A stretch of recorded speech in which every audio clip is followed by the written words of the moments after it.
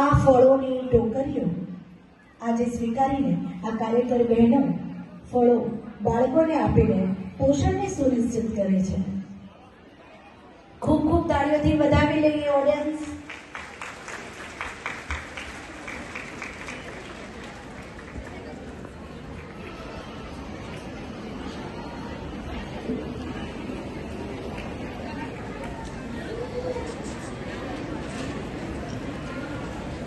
આદરણીય મહાનુભાવો, મને મંત્રીશ્રી અને તમામ કાર્યકરોનો હાર્દિક આભાર.